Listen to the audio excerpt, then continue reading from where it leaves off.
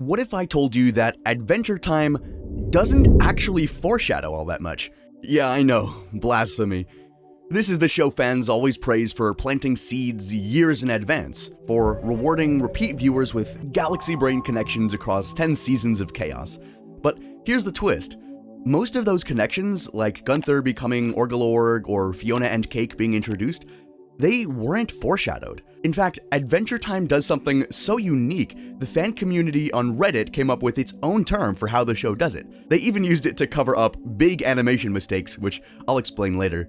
But first we have to cover what foreshadowing actually is, and in what way the show does foreshadow. Foreshadowing is one of the oldest tricks in storytelling, and one of the most powerful. It's when a story quietly plants a seed in the present so it can grow into something meaningful episodes or seasons later. It builds anticipation, creates emotional payoff, and makes a narrative feel deliberate, even inevitable. But there's a catch. Each way of foreshadowing only works in its own way. Make it too subtle and it feels like a coincidence. Create too many loose ends and everything will seem like misdirection. The sweet spot is somewhere in the middle. Just vague enough to forget, just clear enough to feel earned when it comes back. So let's break down the types of foreshadowing Adventure Time uses, and how each one serves a different purpose. Because once you understand how the show foreshadows, you'll start to see that it was never really about the clues. It was about the feeling. Starting with the most obvious one, direct foreshadowing. This is when the show clearly plants a setup for something important down the line. Something the viewers notice right away. Take The New Frontier, where Jake has a croak dream, a prophetic dream about his own death. I had a croak dream, Finn. My croak dream. In it, he's on a rocket ship with Banana Man, runs out of air, and sees the cosmic owl, confirming that this dream isn't random, it's destiny, or at least, that's how Jake sees it. What follows is a full episode of attempted fate avoidance. Jake wakes up convinced that he's seen his final moments. Finn panics and tries to stop it. When Banana Man shows up at their door, they stalk him, spy through his windows, and even shoot a flaming arrow into his house. Not their proudest moment. Eventually, they discover Banana Man's rocket ship, the same one from the dream, and Jake insists on boarding it, believing it's his destiny. You have to let me go. The ship misfires and crashes into a hole, just like in the dream. Except Finn is with him this time, changing the outcome. But then, the episode concludes with, So, it must be destined to happen again when you're not around. Jake notes that the dream might still come true, just later, when Finn isn't around. It's a clever way to show that fate in Adventure Time isn't a fixed point. It's a pattern waiting to repeat, unless something or someone interrupts it. And sure enough, it does repeat in The Comet, years later. Only this time, Banana Man actually saves Jake, changing the ending completely. But then again, Jake does end up dying eventually, so did the foreshadowing really end there? I'll let you decide on that one. But I have yet to talk about the most important piece of direct foreshadowing through all of Adventure Time. The big reveal in Escape from the Citadel, where Finn finally loses his arm in battle, something fans had been waiting for since Season 2. Earlier episodes had shown alternate versions of Finn missing an arm. It became a running visual motif, not just a gag, but a creeping inevitability. Another example of direct foreshadowing is the Farm World version of Finn already being shown in the mirror of the episode King Worm, Season 4, Episode 18, only to be actually revealed in Season 5, Episode 1. Or how about Fern? His complete arc was foreshadowed in Finn's dream in Season 5's episode Blade of Grass. In it, the grass sword overtakes his entire body until he crumbles away like dust. And that exact moment plays out in Escape from the Citadel, when the sword wraps around Finn's arm and gets violently ripped off, just like in the dream. But it also foreshadows how Fern will be created from that very arm in Reboot, and later meets his end in Come Along With Me, crumbling away in the same grass-covered form. One dream, 3 payoffs.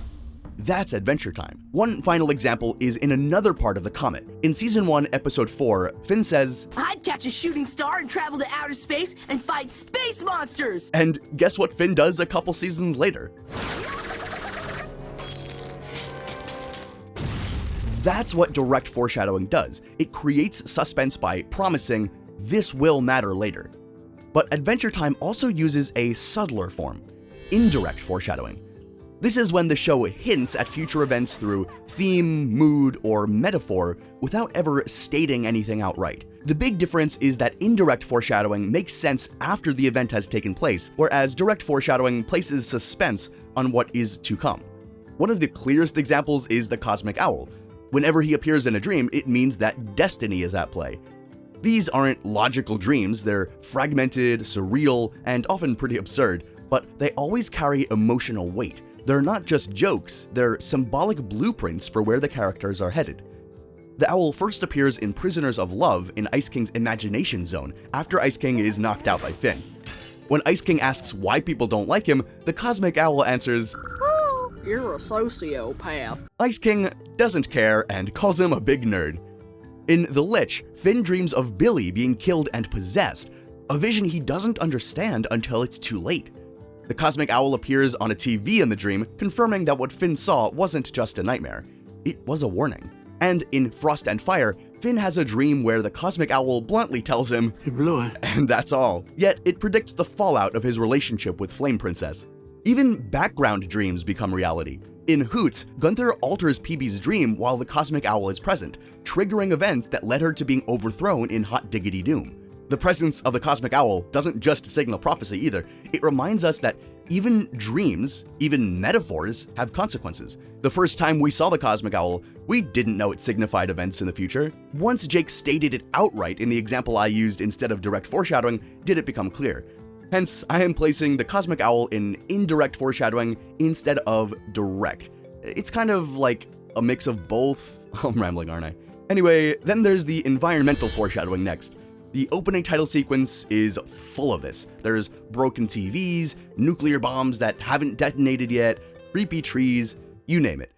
They're all hints of the Mushroom War, a cataclysmic event that had shaped the entire world leading up to the show's current events. The show doesn't tell you up front though. It trusts you to notice and pick up on this. It only mentions it for the first time in the 23rd episode of the second season. But these movies are before the Great Mushroom War. Even episode titles do some subtle work. Jake the Dog is just a goofy title until you contrast it with Jake the Brick and realize the show is tracking his growth from chaotic sidekick to contemplative philosopher. And that's the magic of Adventure Time's foreshadowing. It's not always about shouting, "Look what's coming, this is what's gonna happen." Sometimes it's about gently tugging at a feeling, something strange, something sad, something important, and trusting that you'll understand it later.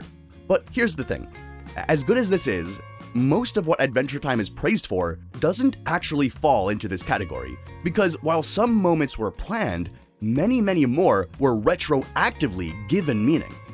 And this is where retshadowing comes in. So, if foreshadowing is about planting seeds early, then retshadowing is about finding the seeds that you didn't know were there and pretending that you planted them all along. Retshadowing is a term made up by the Adventure Time community, and it's short for retroactive foreshadowing. Other fandoms just call them callbacks. It describes when a show is purposefully looking back on old episodes and trying to seek out the details that they can reincorporate into new episodes, so it seems like it was always part of the master scheme to the audience, especially when you rewatch it. It could start with a writer wanting to bring back an old character or idea, and then finding as many specifics as possible to better sell the reality of this world.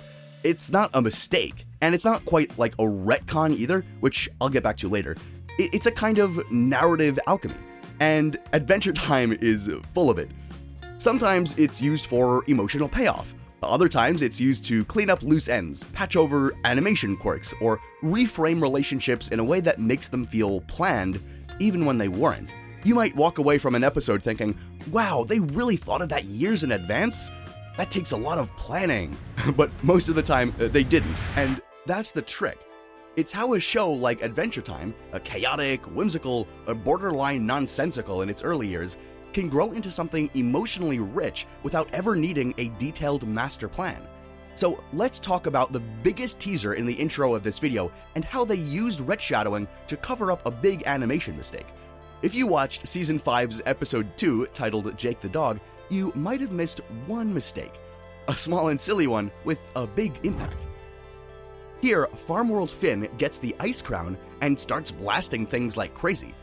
Old Lady Marceline runs back to the cave where Farm World Finn stole the crown off Simon's dead body. Except, the crown was still there. Given this reality's two crowns, whoever was animating this scene might have just reused the same background as the previous episode, but forgot to edit the crown out, leading to some confusion among fans. Now, in Season 7, Episode 23, 3 years and 2 seasons later, Prisma was the one who took Farm World's Finn's crown and edited it onto Simon's dead body in this timeline, which completes the whole sequence. Now, this might have originally looked like some insane foreshadowing, but in reality, it was just a really clever way to fix over an animation error and incorporate it into the story. Now, you might be asking, how would I even know that this is an animation error in the first place? Well, on multiple accounts, Pendleton Ward and other people working on Adventure Time like Kent Osborne have talked about the show not being entirely planned ahead. Pendleton literally stated, "There is no end and there is no plan, and I don't know what's going to happen in Finn's relationship because we haven't totally figured everything out yet. But that's okay because we are those characters." A Redditor said that they only plan 1 year ahead, but I couldn't find any source for this. It kind of contradicts the earlier direct foreshadowing parts, so please let me know in the comments if you think that's true or not. Oh, and feel free to like and subscribe while you're down there. Anyways, that's not the only case of the writers just going with the flow. When Adventure Time started, it wasn't even meant to be in that post-apocalyptic world I mentioned earlier. Only after the 8th episode did the production crew just run with it. Neither was Fiona and Cake. They weren't supposed to be there. Originally, they were just a fun, gender-swapped fanfiction created by the Ice King, inspired by a strange red glow during his sleep. A funny joke. However, this concept evolved over time, as Adam Mudo explained in an interview. After Prisma was introduced as a character, it just kind of shifted in that direction. It was something we had in mind, but we didn't think we'd ever really pay it off within the run of the show. It would have been cool, but we just didn't have the episode count to over-explain one element of what Fiona and Cake were. And that isn't the only callback in the Ice Kingdom.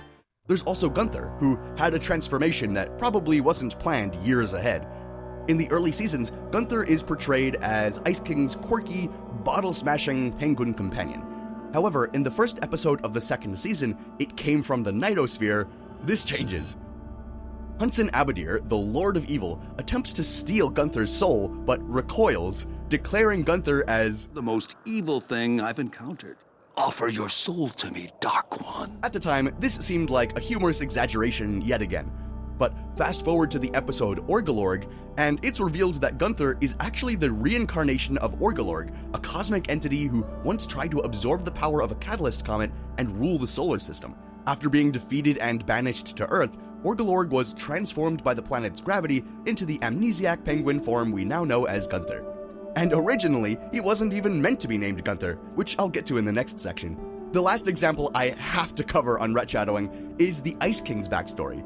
You know, the whole tragic, unforgettable arc of Simon Petrikov. One of the most emotional turns in the entire show. And none of it was originally planned. Allow me to explain.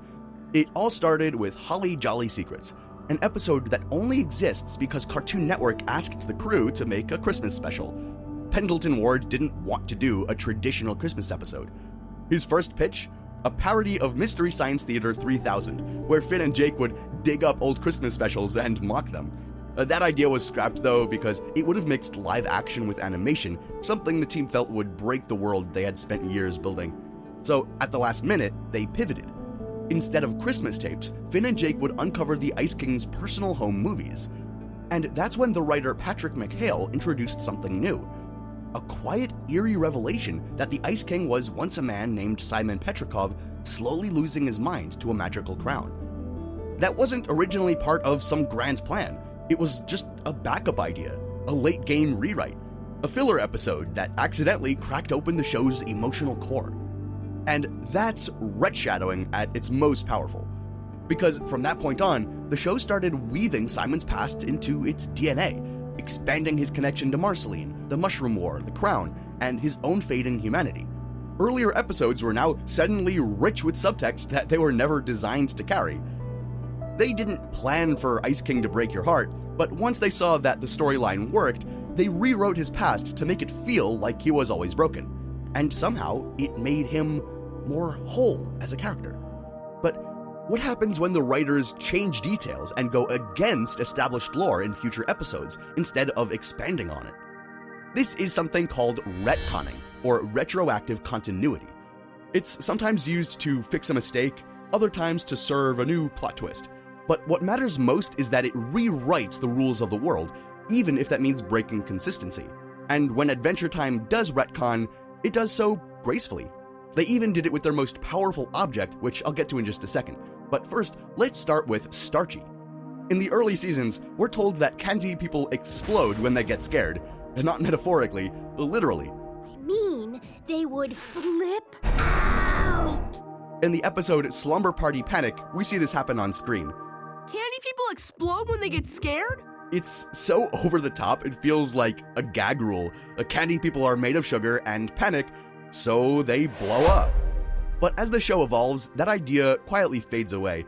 It returns at some points, like in Something Big in Season 6, but by the time we reach Season 7, the Candy Kingdom is fighting off vampires in stakes.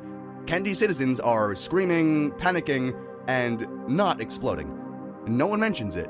No one questions it. The rule just quietly disappears. And that's not the only time continuity was broken. Remember I told you that Gunther wasn't originally meant to be named Gunther? Well, that's because all of Ice King's penguins were named Gunther when the show started. But eventually, it just ended up being the one Gunther. Gunther, Gunther, oh, Gunther! Others got names like Gunthelina, Gunther, Gunthi, etc. And they didn't just change Ice King's sidekick.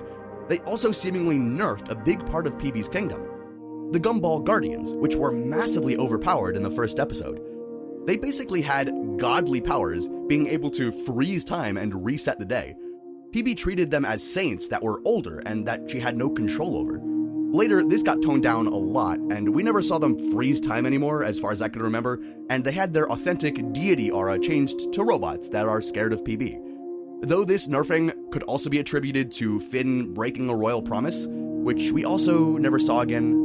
Though something that did definitely change as time went on is how the Gumball Guardians are defeated.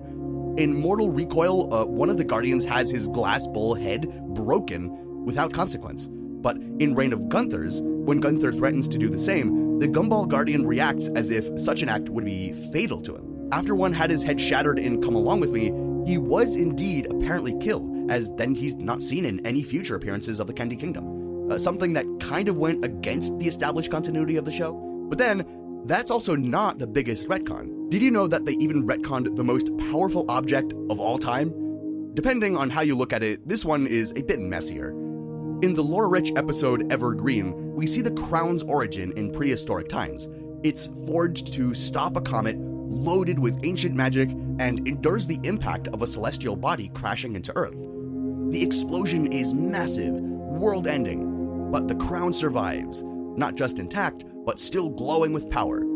This sets a clear precedent that the crown is indestructible, a supernatural object that can outlast extinction-level events. But then comes the episode Crossover. Prismo travels back in time and places the crown onto Simon's body. After the nuclear bombs detonate, the crown is seemingly vaporized in the nuclear blast. It contradicts what we've seen in Evergreen, where even a comet couldn't destroy it. This is still something very minor, it's just a funny detail, but that's not the case for the worst retcon that still makes fans upset to this day. Worse than Gumball, worse than the crown logic, worse than Tree Trunks becoming a galactic MILF. It's this line from the theme song. Lies! It did end! The show ended! You retconned yourself, Adventure Time, and I still love you for it. But if you want to see what happens when Adventure Time doesn't pull its punches and dives headfirst into social commentary, hostage negotiations, and candy-flavored mental health breakdowns, check out our episode on Adventure Time's darkest political episode. Trust me, that one didn't sugarcoat anything.